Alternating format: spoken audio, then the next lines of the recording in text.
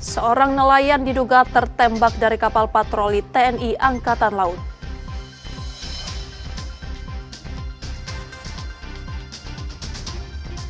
Listrik di Pulau Enggano, Bengkulu sudah menyala penuh.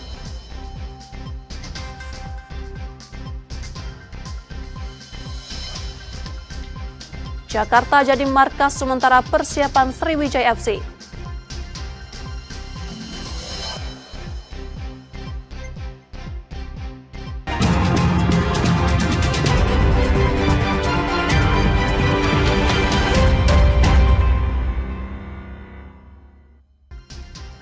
Selamat pagi saudara, apa kabar Anda hari ini? Seperti biasa, kami akan membuka hari Anda dengan sejumlah laporan menarik dari Sumatera Selatan dan daerah lain di Sumatera bagian selatan. Selain berita utama tadi, masih ada informasi-informasi menarik lainnya yang akan kami sampaikan. Bersama saya, Rizka Silviana. Inilah Kompas Sumbaksel selengkapnya di Kompas TV Independen, terpercaya.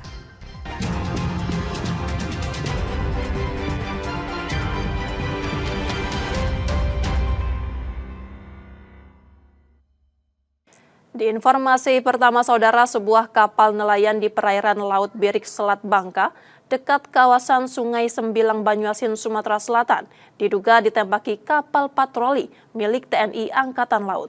Insiden itu membuat seorang nelayan terluka setelah peluru mengenai bagian tubuhnya.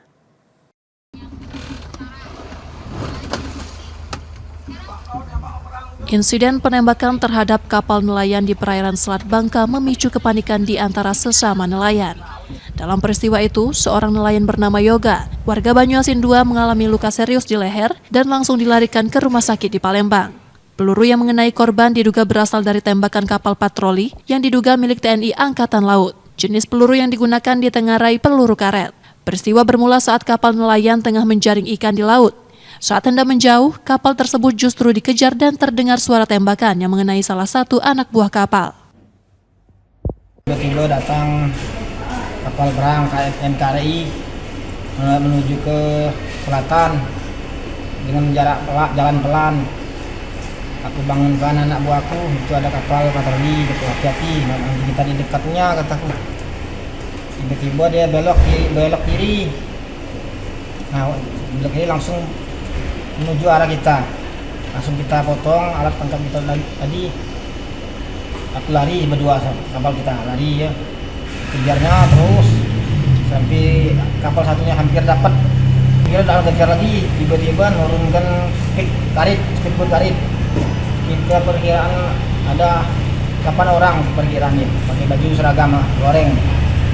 Ngejar lagi, sekitar hampir mungkin sejam. Nah di dekat tuh ada teriak anak buah, aku mau tembak katanya. Lagi-lagi aku terus. Oh, dikejar. Aku teriak, aku itu anak buah aku ini sudah kamu tembak jauh. Aku bawa ada tak yang luka itu, aku tunjuk ini lukanya, masih kamu tembak aku. Enggak ada, selama itu dia belok. Dia nak ngejar lagi, lukanya dekat kapal aku satunya. Keterangan resmi dari Pangkalan TNI AL masih belum didapatkan. Reski Oktora, Muklas Diferensial, Kompas TV, Palembang, Sumatera Selatan.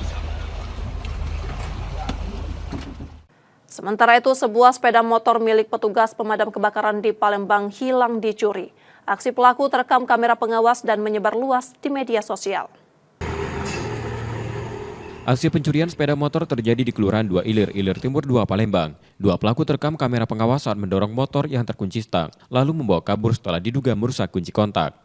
Motor tersebut diketahui milik Fikri Dwi Rosyadi, petugas damkar yang memarkirkannya di depan rumah usai bertugas. Beberapa jam kemudian saat hendak keluar ke warung, ia mendapati kendaraannya sudah hilang. Maghrib masuk ke rumah, sekitar jam 7 kurang itu masih ada motor. Nanya ponakan kan, masih ada motor di luar kak katanya. Dah jam 7 aku nak keluar dari rumah beli makan, ketik lagi motornya. Kalau dari CCTV itu dia didorong motornya. Dari rekaman CCTV, pelaku diduga bukan warga sekitar dan sengaja berkeliling mencari sasaran. Video pencurian itu kemudian diunggah ke media sosial sebagai peringatan sekaligus bukti untuk laporan kepolisian. Reski Oktora, Muklas Diferensial, Kompas TV, Palembang, Sumatera Selatan. Tahun ajaran baru tahun ini berbeda dari biasanya. karena sosok seorang ayah hadir penuh pada hari pertama sekolah buah hatinya. Sebuah perjalanan sederhana yang syarat makna menjadi bagian dari gerakan nasional yang mengajak para ayah terlibat dalam dunia anak-anak mereka.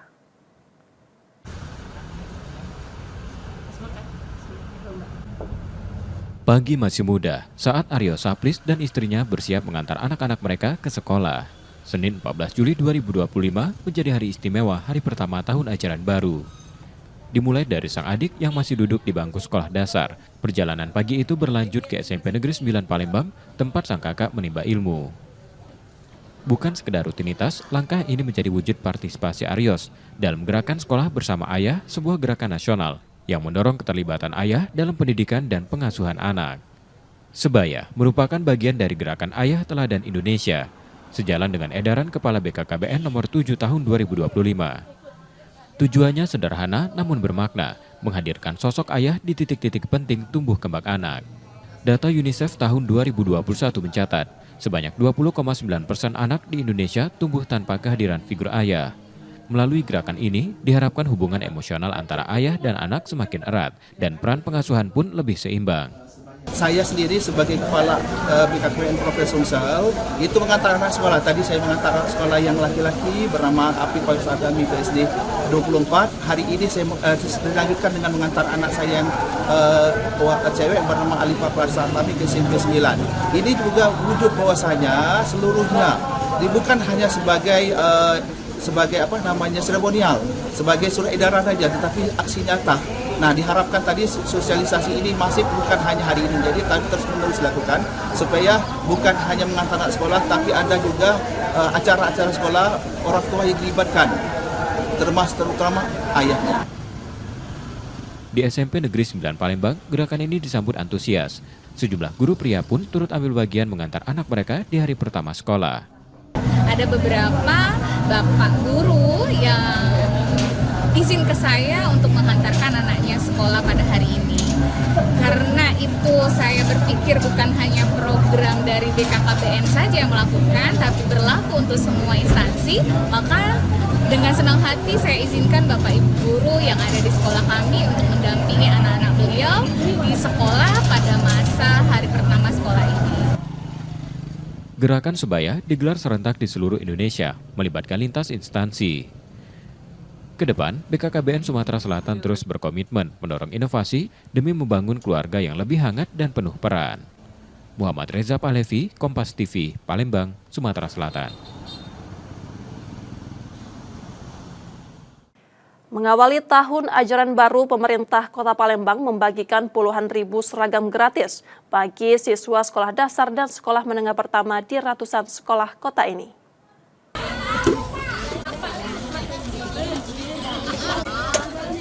Awal tahun ajaran baru 2025-2026 menjadi momen yang membahagiakan ribuan siswa baru di Kota Palembang. Pemerintah kota membagikan sebanyak 39.099 seragam sekolah gratis bagi siswa kelas 1 sekolah dasar dan kelas 7 sekolah menengah pertama negeri. Pemerintah kota membagikan sebanyak 39.099 seragam sekolah gratis bagi siswa kelas 1 sekolah dasar dan kelas 7 sekolah menengah pertama negeri. Pembagian dilakukan serentak dan dipusatkan di SD Negeri 200 Palembang sebagai simbol dimulainya program ini secara luas. Dari total jumlah penerima 19.077 siswa berasal dari jenjang SD Negeri dan 19.392 lainnya dari jenjang SMP Negeri.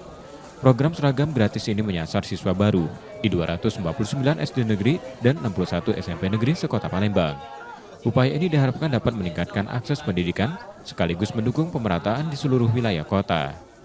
Dan ke depan secara bertahap saya juga dari Dinas Pendidikan akan menambah lagi satu seragam yaitu pramuka. Terus ini secara bertahap kita sesuai dengan komitmen kami kita kasih seragam sekolah secara gratis. Pada hari ini kita bagikan seragam merah dan putih. Bagi banyak orang tua, bantuan ini menjadi angin segar, meringankan beban pengeluaran menjelang tahun ajaran baru. Terbantu. Ini lagi lah, lebih banyak lagi lah bantuan yang lain-lainnya. Harapannya program serupa dapat terus berlanjut dan menjangkau lebih banyak anak sekolah di masa mendatang. Nur Muhammad, Kompas TV, Palembang, Sumatera Selatan. Penjualan buku tulis di Pasar 16 Ilir Palembang merosot hingga 50%. Maraknya belanja daring jadi salah satu penyebabnya. Tahun ajaran baru, sejumlah pedagang perlengkapan sekolah di Pasar 16 Ilir Palembang ramai. Jelang sekolah dimulai, toko di kawasan ini masih dipadati pembeli yang mayoritas datang dari luar kota. Masro, warga dari Desa Teluk Tenggirik, Banyuasin, memilih berbelanja di pasar ini karena pilihan barangnya lebih lengkap meski harga tak jauh berbeda dengan di daerahnya. Beli di Palembang gue? Kalau dari dosen juga ada jual yang ini. Oh, mungkin kurang lengkap. Kurang lengkap. Kalau beli di dosen agak mahal dikit. Tidak beli online gitu? Tidak. Karena kamu tahu jauh juga gue? Jauh. Di balik ramainya pembeli, tak semua pedagang menikmati lonjakan penjualan.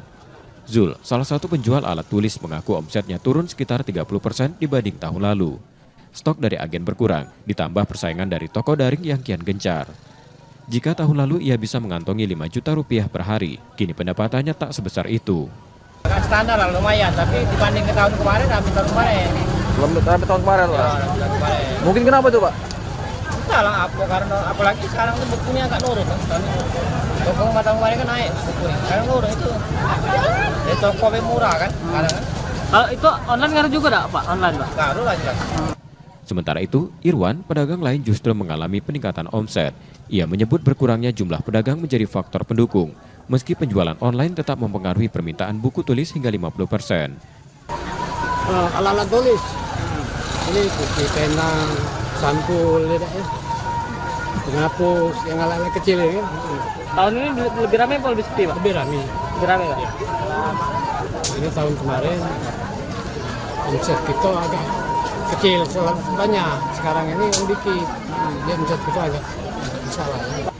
Sebagai pedagang musiman, mereka berharap rezeki terus mengalir, setidaknya hingga tahun ajaran dimulai dan perayaan Hari Kemerdekaan 17 Agustus mendatang. Muhammad Reza Pahlevi, Kompas TV, Palembang, Sumatera Selatan. Setelah jeda, saudara, kami masih akan kembali dengan informasi dan sorotan menarik lainnya. Tetaplah bersama kami di Kompas Sumbaksel.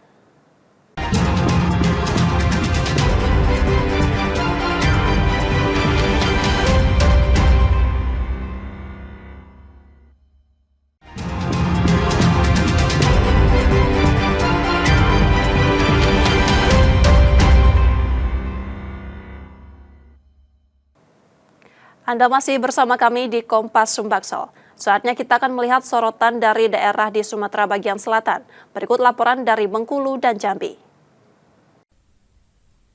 Beginilah potret kehidupan masyarakat di Pulau Enggano pasca pendangkalan alur pelabuhan Pulau Bai. Meski kini kapal kembali bisa bersandar, luka ekonomi di pulau terluar ini belum juga sembuh. Di tengah hamparan hijau pohon pisang yang seolah menjanjikan harapan, tak serta-merta demikian. Harga jual pisang masih anjlok tajam. Sebelumnya satu tandan pisang bisa dihargai 40 hingga 60 ribu rupiah. Kini hanya dihargai 20 ribu. Itu pun belum dipotong ongkos panen dan angkut ke pelabuhan. Yang tersisa di tangan petani hanyalah 10 ribu rupiah. Namun warga Enggano yang sebagian besar menggantungkan hidup dari sektor pertanian tetap bekerja. Dengan peluh dan kesabaran, para petani dan pemanen pisang bertahan demi menghidupi keluarga. Bagi mereka tak ada pilihan lain di tengah segala keterbatasan, karena inilah satu-satunya sumber penghasilan mereka di Pulau Enggano. Parah. Biasanya sekedar badai apa ini nggak terlalu ini kan. Kalau ini asli parah nih kan. Parah sepanjang abang tinggal. Iya bener.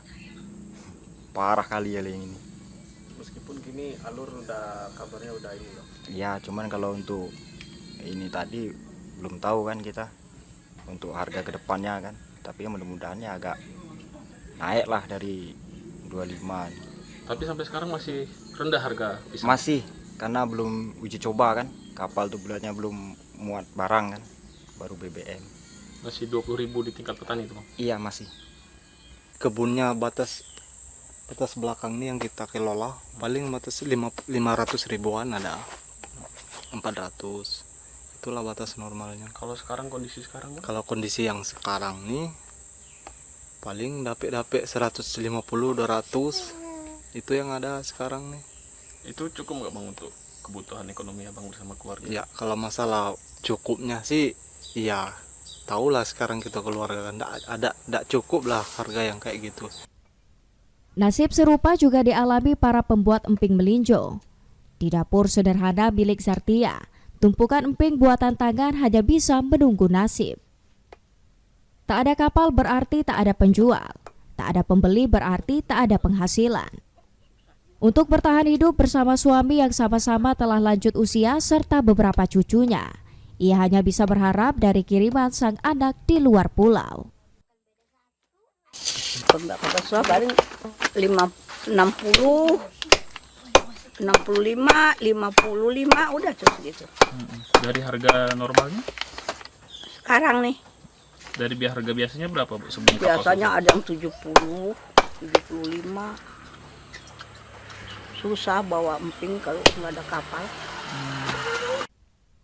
Masyarakat Enggano berharap kondisi ini bisa segera membaik, agar hasil pertanian mereka kembali dihargai layak dan kebutuhan hidup bisa terpenuhi seperti sedia kala. Gilang Triwibisono, Kompas TV Bengkulu. Masyarakat Enggano dalam 2 hari terakhir telah merasakan manfaat pasokan listrik yang menyala 24 jam. Hal ini seiring tersedianya pasokan bahan bakar untuk pembangkit listrik tenaga diesel, yang jadi satu-satunya sumber listrik bagi 6 desa di Pulau Enggano. Normalnya aliran listrik ke rumah warga pun sangat disyukuri, tak terkecuali bagi mahasiswa yang tengah melakukan pengabdian di pulau terluar ini. Setelah lampu hidup ini kami bisa beraktivitas lebih dari jam 10 sampai jam berapa untuk mengisi kegiatan logbook itu, dan juga bisa menghandle kegiatan-kegiatan lain sebelum lampu dimatikan. Nah, kalau untuk sekarang ini kami lumayan bebas bergerak, beraktivitas karena lampu sudah 24 jam. Atas listrik yang sekarang udah 24 jam, jadi kami bisa leluasa dalam menyusun jadwal timeline untuk berbaur ke masyarakat, terus melaksanakan program kerja, terus merencanakan program-program kami di sini tanpa khawatir akan listrik yang sebentar lagi mati atau kapasitas baterai dan lain-lain gitu. Sebelumnya, masyarakat Enggano harus bertahan di tengah keterbatasan pasokan listrik. Dalam sehari, warga hanya mendapat pasokan listrik lebih kurang 12 jam, yang hidup terbatas pada siang dan malam hari. Selain listrik yang kembali normal, transportasi laut yang dalam beberapa waktu terakhir tidak bisa berlayar perlahan kini mulai terbuka. Kapal perintis MH Tamrin yang mengangkut penumpang dan barang Selasa dini hari berhasil keluar dari Pelabuhan Bengkulu dan bersandar di Pelabuhan Malakoni pada Selasa petang dengan waktu pelayaran selama 16 jam. Kondisi ini menjadi harapan baru masyarakat Enggano setelah hidup dalam keterbatasan akibat pendangkalan alur Pelabuhan Pulau Bai dalam 4 bulan terakhir. Gilang Triwibisono, Kompas TV Bengkulu. Usai diperiksa sejak siang hingga malam hari, Kejaksaan Tinggi Bengkulu menetapkan 5 orang tersangka dugaan korupsi perjalanan dinas tahun 2024 di lingkungan Sekretariat DPRD Provinsi Bengkulu. Kelima tersangka yakni mantan Sekretaris Dewan selaku pengguna anggaran, bendahara, 2 orang bendahara pembantu dan seorang PPTK. Dari hasil pemeriksaan penyidik, tersangka mencairkan dana anggaran perjalanan dinas fiktif namun tak memberikan dana tersebut kepada anggota dewan yang melakukan perjalanan dinas. Total setidaknya ada 264 perjalanan dinas yang dananya tak diberikan ke yang bersangkutan. Akibat korupsi ini, negara dirugikan hingga 3 miliar rupiah.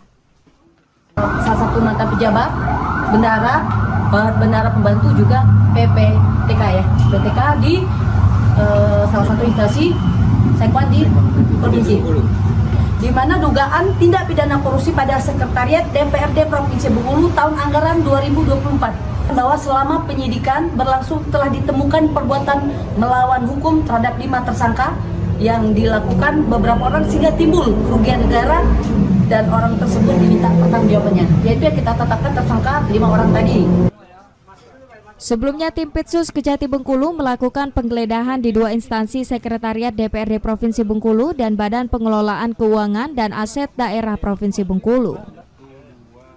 Bayazir Al-Rehan, Kompas TV Bengkulu.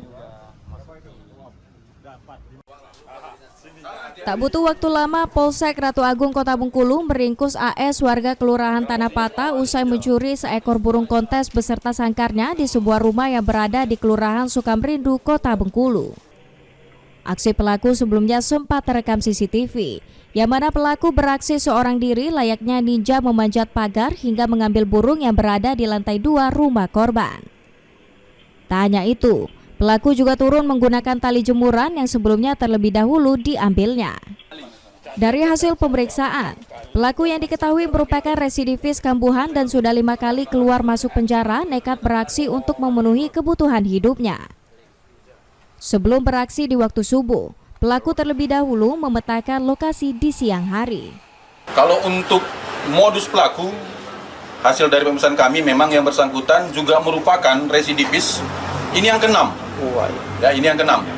Jadi memang rumah pelaku sudah dipetakan, dalam artian sudah di mapping, ya, sudah ditentukan menjadi target, dan dia melakukannya sendirian. Demikian. Atas perbuatannya, pelaku kini kembali terancam kurungan penjara di atas 5 tahun. Bayazir Al-Rehan, Kompas TV Bengkulu. Kejaksaan Negeri pastikan penyelidikan kasus dugaan korupsi pembangunan Mall Jambi City Center di Kecamatan Jelutung, Kota Jambi berlanjut. Tim penyelidik akan memanggil pengelola, pihak bank, dan legislatif. Kasus dugaan korupsi pembangunan Mall JCC ini, tim penyelidik telah memeriksa beberapa pejabat pemerintah Kota Jambi. Pembangunan Mall JCC ini berada di atas lahan milik pemerintah Kota Jambi yang direncanakan akan jadi pusat perbelanjaan modern di Kota Jambi. Perjanjian antara pemerintah Kota Jambi dengan PT Bliss Property Indonesia dikerjasamakan dengan bentuk BOT selama 30 tahun. Nantinya pemerintah Kota Jambi akan mendapat kontribusi 85 miliar rupiah, namun pembangunan Mall JCC mangkrak. Aset yang telah dijaminkan Pemkot Jambi kepada PT BPI diduga telah diagunkan ke salah satu bank. Apa update-nya Bang ya? Kami jelaskan juga untuk perkara JCC saat ini masih tahap penyelidikan dan kita saat ini juga masih berproses mengumpulkan data dan keterangan juga dari para pihak. Oke. Ada sekitar 11-12 lah, sekitar 11 ya. Itu dari pihak-pihak mana aja itu? Untuk saat ini kita masih mendalami dan cari keterangan dan data-data dari pihak eksekutif dalam hal ini, dan juga ada dari pihak Bank Sinarmas. Terkait dengan dalam hal pembangunan dan pengelolaan JCC nanti pasti kita akan panggil, baik apakah itu dari pihak pengelola, pihak bank juga, dan juga apakah nanti juga dari pihak legislatif. Nah itu. Kalau untuk tahap penyidikan nanti kami harus matangkan dulu di penyelidikan ya. Nanti habis itu gelar perkara. Nah, apakah nanti dari tim tersebut menyatakan apakah layak naik penyidikan atau tidak, nanti itu tergantung. Jadi untuk saat ini kita masih berbicara masalah penyelidikan lah gitu ya. Oh iya, kita berproses dalam pemanggilan dan minta keterangan dan perlu data dari yang masih tahap penyelidikan ini dulu. Wali Kota Jambi Maulana telah membentuk tim untuk menyelesaikan persoalan ini dan meminta hak Pemkot Jambi dikembalikan oleh pihak PT BPI. Ya, kita sudah membentuk tim untuk menyelesaikan itu. Kita ingin agar pihak mitra kita itu melunasi kewajibannya yang harus dibayar kepada kita dan mendorong untuk segera dioperasionalkan. Apakah akan ada penarikan atau pembatalan Pak, atau di adendum lagi apa? Oh, enggak, kita tidak akan melakukan adendum terhadap perjanjian itu. Kita hanya menagih hak kita. yang terkait dengan aset daerah yang sudah diagunkan itu seperti apa Pak? Kan ada surat keputusan wali kota yang sebelumnya Pak ya? Soal penjaminan itu ada. Ya, prinsipnya kewajiban pihak ketiga harus diserahkan ke Pemkot, harus dibayar. Terima kasih Pak. Ya. Pihak kejaksaan dalam waktu dekat akan melakukan gelar perkara kasus ini setelah nantinya semua pihak diperiksa.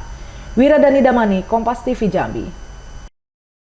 Setelah 1 tahun buron, pelaku pembunuhan terhadap istrinya akhirnya tewas ditembak polisi.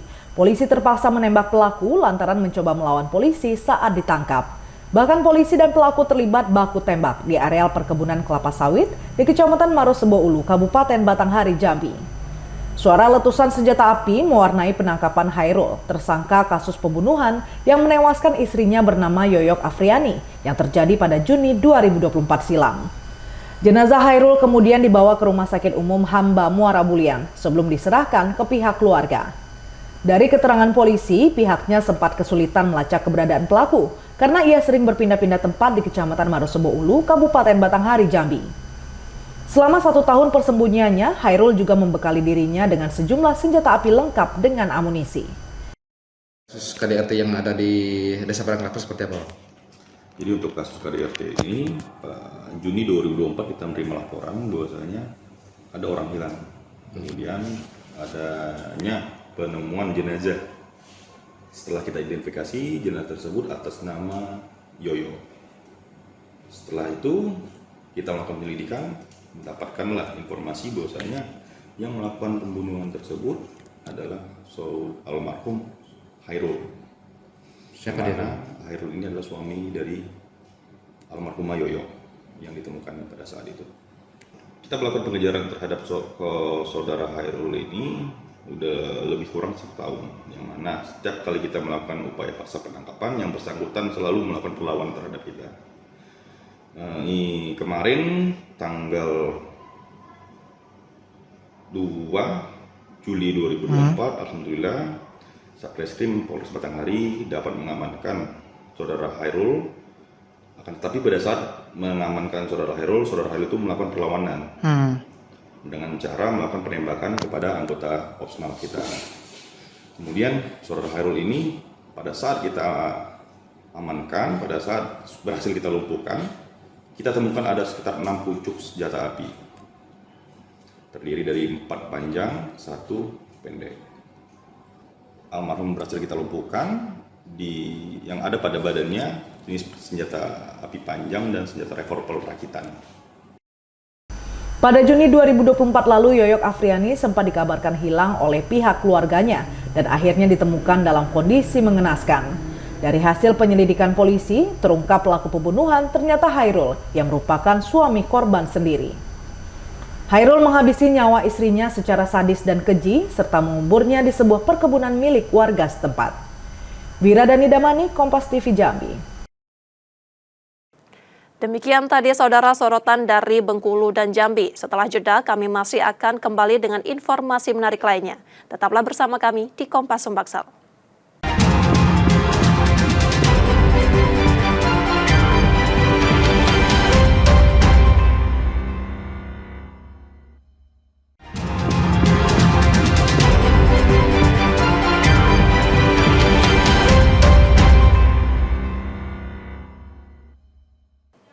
Rizka Silviana masih menemani Anda di Kompas Sumbaksel. Aksi penyiraman diduga air keras terjadi di rumah seorang petugas Dinas Perhubungan Palembang. Pelaku yang belum dikenal sempat 2 kali mendatangi rumah korban dengan alasan menanyakan prosedur pembuatan kir sebelum akhirnya menyasar mertua korban.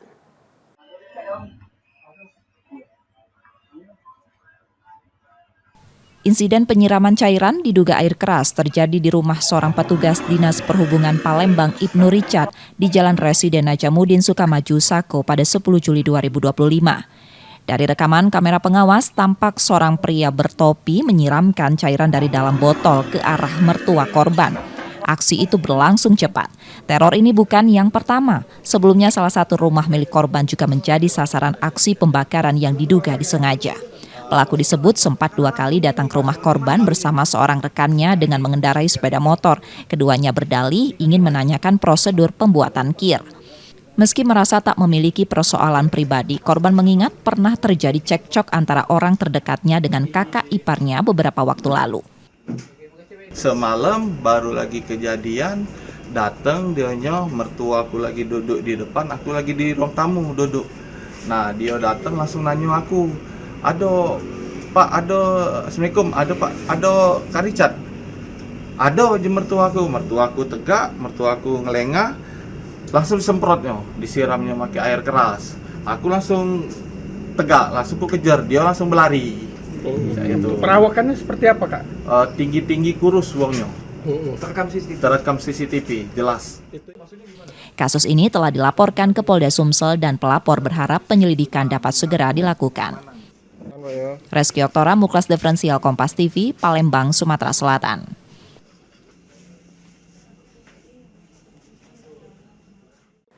Seorang anak yatim di Palembang, Sumatera Selatan menjadi korban penganiayaan ibu dan anak tetangganya. Ia dituduh mencuri bawang.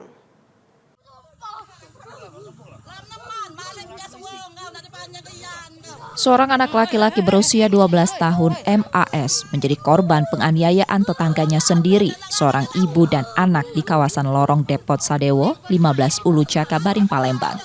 Anak yatim tersebut dituduh mencuri bawang milik pelaku. Peristiwa terjadi pada Selasa 8 Juli 2025 saat korban pulang dari pasar bersama neneknya. Di tengah perjalanan, ia dihadang lalu dianiaya bergantian oleh pelaku. Korban sempat membantah tuduhan dan memohon ampun. Akibat penganiayaan tersebut, korban mengalami luka, demam, dan trauma. Sang ibu sedang melaporkan kasus ini ke Polda Sumsel atas dugaan kekerasan terhadap anak. Apa yuk? Dikeroyok. Ngapa tuh gara-gara? Dituduh maling bawang, Pak. Padahal? Dari kate barang tuh, dari kate. Dia tidak maling itu. Anak kita posisi lagi main di situ. Iya, lagi main. Dia nih lagi ke pasar sama neneknya, dijemput, diajak balik ke rumah. Sampai rumah langsung di ini kan.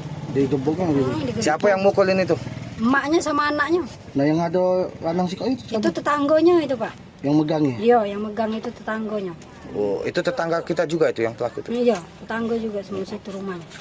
Jadi anak kita mengalami luka di apa saja tadi? Ini dikit itu kaki, luka dikit. Sudah tuh palanya pening, Pak, sakit nah. Demam tinggi di badan. Sudah buat laporan? Sudah.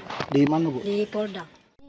Dua pelaku berinisial M dan A kini terancam hukuman maksimal 15 tahun penjara. Yudi Kiswanto, Kompas TV, Palembang, Sumatera Selatan.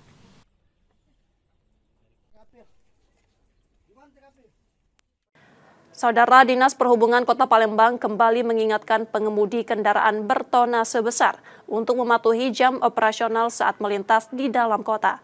Untuk mendukung pengawasan, Dishub telah mendirikan pos bersama di sejumlah titik.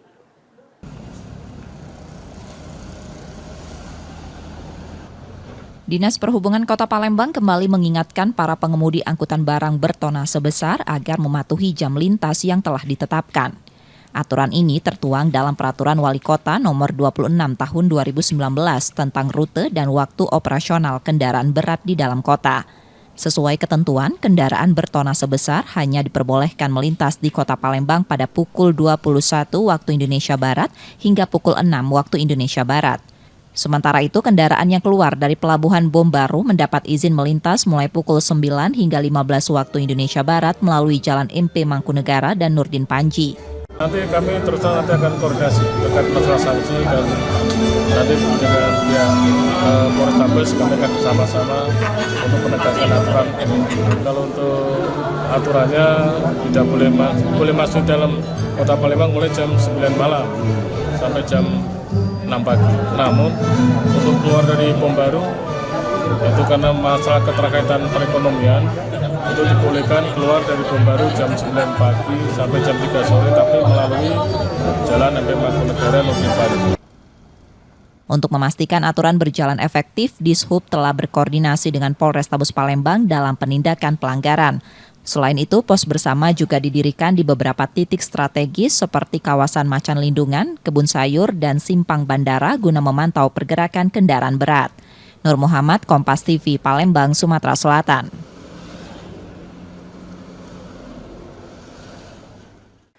Pempek tak lagi sekedar digoreng lalu melempam.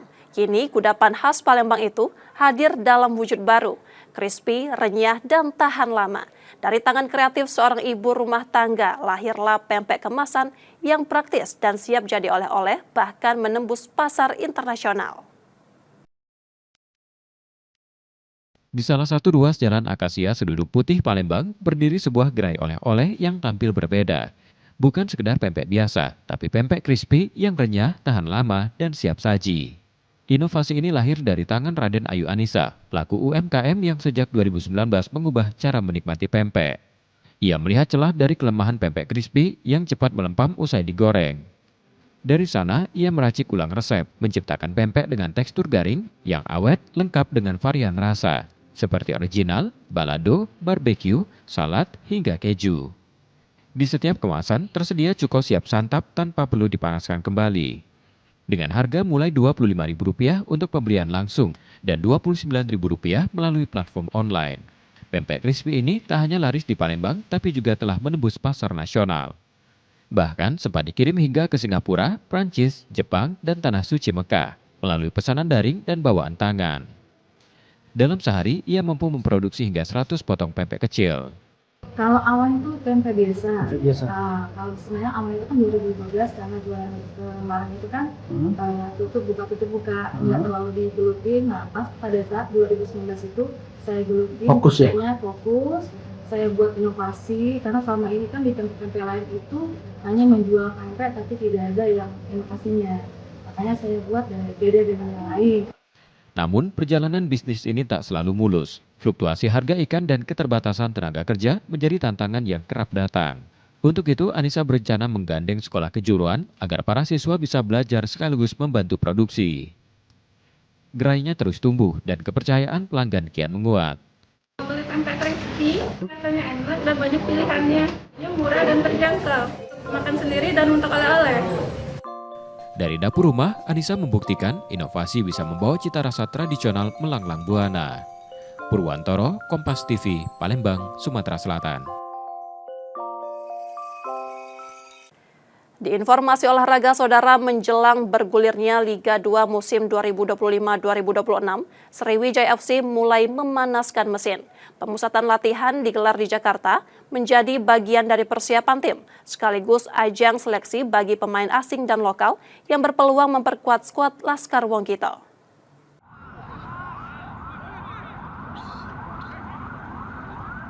Sriwijaya FC mulai menggenjot persiapan menghadapi Liga 2 musim 2025-2026 dengan menggelar pemusatan latihan di Jakarta. Sebanyak 12 pemain yang telah resmi bergabung turut ambil bagian dalam latihan intensif ini. Selain pemain inti, sejumlah pemain lokal dan asing juga ikut bergabung dalam status trial. Mereka akan menjalani seleksi ketat selama masa pemusatan latihan yang dijadwalkan berlangsung selama 2 pekan. Itu kalau memang sudah kriteria yang sudah bagus, mereka udah memang gabung, sudah bisa kita latihan terus. Yang ada beberapa memang tidak masuk ke kriteria kurs, mungkin sudah diberitahu dan tidak mengikuti lagi sesi latihan. Proses seleksi dilakukan secara bertahap dan dibagi dalam 3 tahap evaluasi. Penentuan akhir akan berada di tangan tim pelatih untuk memilih pemain yang layak memperkuat Laskar Wongkito musim ini. Nur Muhammad, Kompas TV, Palembang, Sumatera Selatan. Saudara, kami jeda sejenak, setelah itu kami masih akan kembali. Tetaplah bersama kami di Kompas Sumbaksel.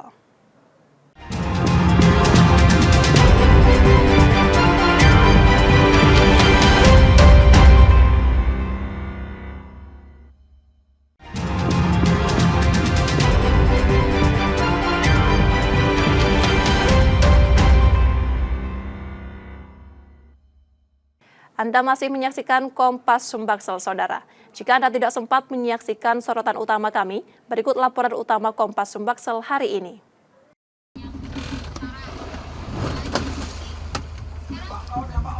Insiden penembakan terhadap kapal nelayan di perairan Selat Bangka memicu kepanikan di antara sesama nelayan. Dalam peristiwa itu, seorang nelayan bernama Yoga, warga Banyuasin 2, mengalami luka serius di leher dan langsung dilarikan ke rumah sakit di Palembang. Peluru yang mengenai korban diduga berasal dari tembakan kapal patroli yang diduga milik TNI Angkatan Laut. Jenis peluru yang digunakan ditengarai peluru karet. Peristiwa bermula saat kapal nelayan tengah menjaring ikan di laut. Saat hendak menjauh, kapal tersebut justru dikejar dan terdengar suara tembakan yang mengenai salah satu anak buah kapal.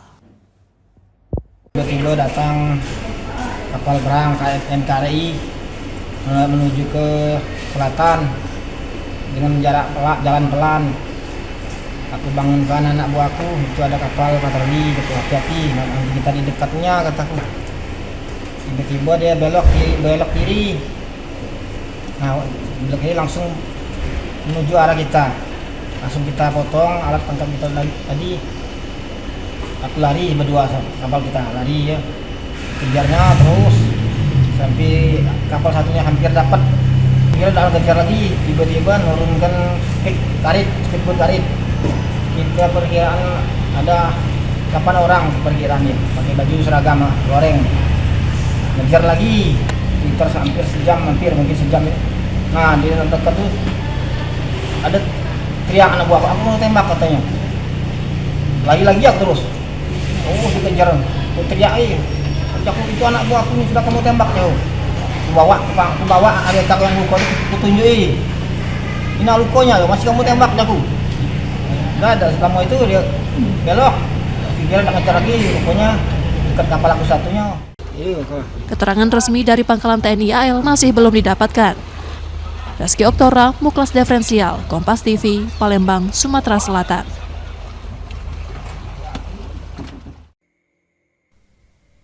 Masyarakat Enggano dalam 2 hari terakhir telah merasakan manfaat pasokan listrik yang menyala 24 jam. Hal ini seiring tersedianya pasokan bahan bakar untuk pembangkit listrik tenaga diesel, yang jadi satu-satunya sumber listrik bagi 6 desa di Pulau Enggano. Normalnya aliran listrik ke rumah warga pun sangat disyukuri, tak terkecuali bagi mahasiswa yang tengah melakukan pengabdian di pulau terluar ini. Setelah lampu hidup ini kami bisa beraktivitas lebih dari jam 10 sampai jam berapa untuk mengisi kegiatan logbook itu, dan juga bisa menghandle kegiatan-kegiatan lain sebelum lampu dimatikan. Nah, kalau untuk sekarang ini kami lumayan bebas bergerak, beraktivitas karena lampu sudah 24 jam. Atas listrik yang sekarang udah 24 jam, jadi kami bisa leluasa dalam menyusun jadwal timeline untuk berbaur ke masyarakat, terus melaksanakan program kerja, terus merencanakan program-program kami di sini tanpa khawatir akan listrik yang sebentar lagi mati atau kapasitas baterai dan lain-lain gitu. Sebelumnya, masyarakat Enggano harus bertahan di tengah keterbatasan pasokan listrik. Dalam sehari, warga hanya mendapat pasokan listrik lebih kurang 12 jam, yang hidup terbatas pada siang dan malam hari. Selain listrik yang kembali normal, transportasi laut yang dalam beberapa waktu terakhir tidak bisa berlayar perlahan kini mulai terbuka. Kapal perintis MH Tamrin yang mengangkut penumpang dan barang Selasa dini hari berhasil keluar dari Pelabuhan Bengkulu dan bersandar di Pelabuhan Malakoni pada Selasa petang, dengan waktu pelayaran selama 16 jam. Kondisi ini menjadi harapan baru masyarakat Enggano setelah hidup dalam keterbatasan akibat pendangkalan alur Pelabuhan Pulau Bai dalam 4 bulan terakhir. Gilang Triwibisono, Kompas TV Bengkulu.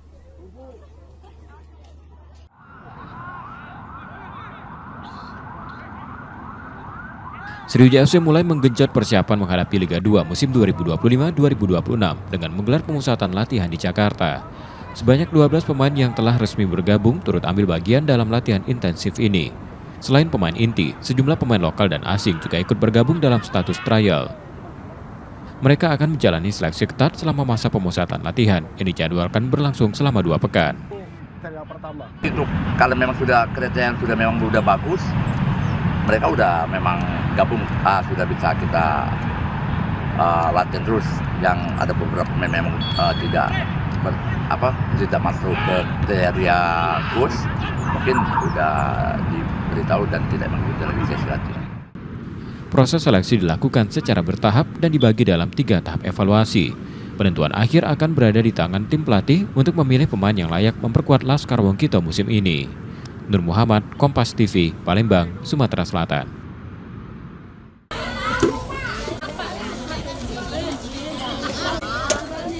Awal tahun ajaran baru 2025-2026 menjadi momen yang membahagiakan ribuan siswa baru di Kota Palembang.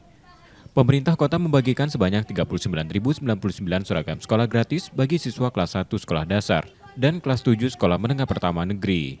Pemerintah kota membagikan sebanyak 39.099 seragam sekolah gratis bagi siswa kelas 1 sekolah dasar dan kelas 7 sekolah menengah pertama negeri. Pembagian dilakukan serentak dan dipusatkan di SD Negeri 200 Palembang sebagai simbol dimulainya program ini secara luas. Dari total jumlah penerima 19.077 siswa berasal dari jenjang SD Negeri dan 19.392 lainnya dari jenjang SMP Negeri. Program seragam gratis ini menyasar siswa baru di 259 SD Negeri dan 61 SMP Negeri sekota Palembang. Upaya ini diharapkan dapat meningkatkan akses pendidikan sekaligus mendukung pemerataan di seluruh wilayah kota. Dan ke depan secara bertahap saya juga dari Dinas Pendidikan akan menambah lagi satu seragam yaitu pramuka. Terus ini secara bertahap kita sesuai dengan komitmen kami kita kasih seragam sekolah secara gratis. Pada hari ini kita bagikan seragam merah dan putih. Bagi banyak orang tua, bantuan ini menjadi angin segar, meringankan beban pengeluaran menjelang tahun ajaran baru. Terbantu. Ini lagi lah, lebih banyak lagi lah bantuan yang lainnya. Harapannya program serupa dapat terus berlanjut dan menjangkau lebih banyak anak sekolah di masa mendatang. Nur Muhammad, Kompas TV, Palembang, Sumatera Selatan.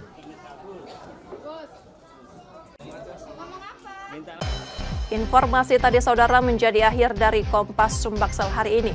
Tetap saksikan konten lokal di Kompas TV setiap hari, mulai pukul 4.30 hingga 7 pagi. Saudara, media adalah pilar yang menjaga keseimbangan informasi.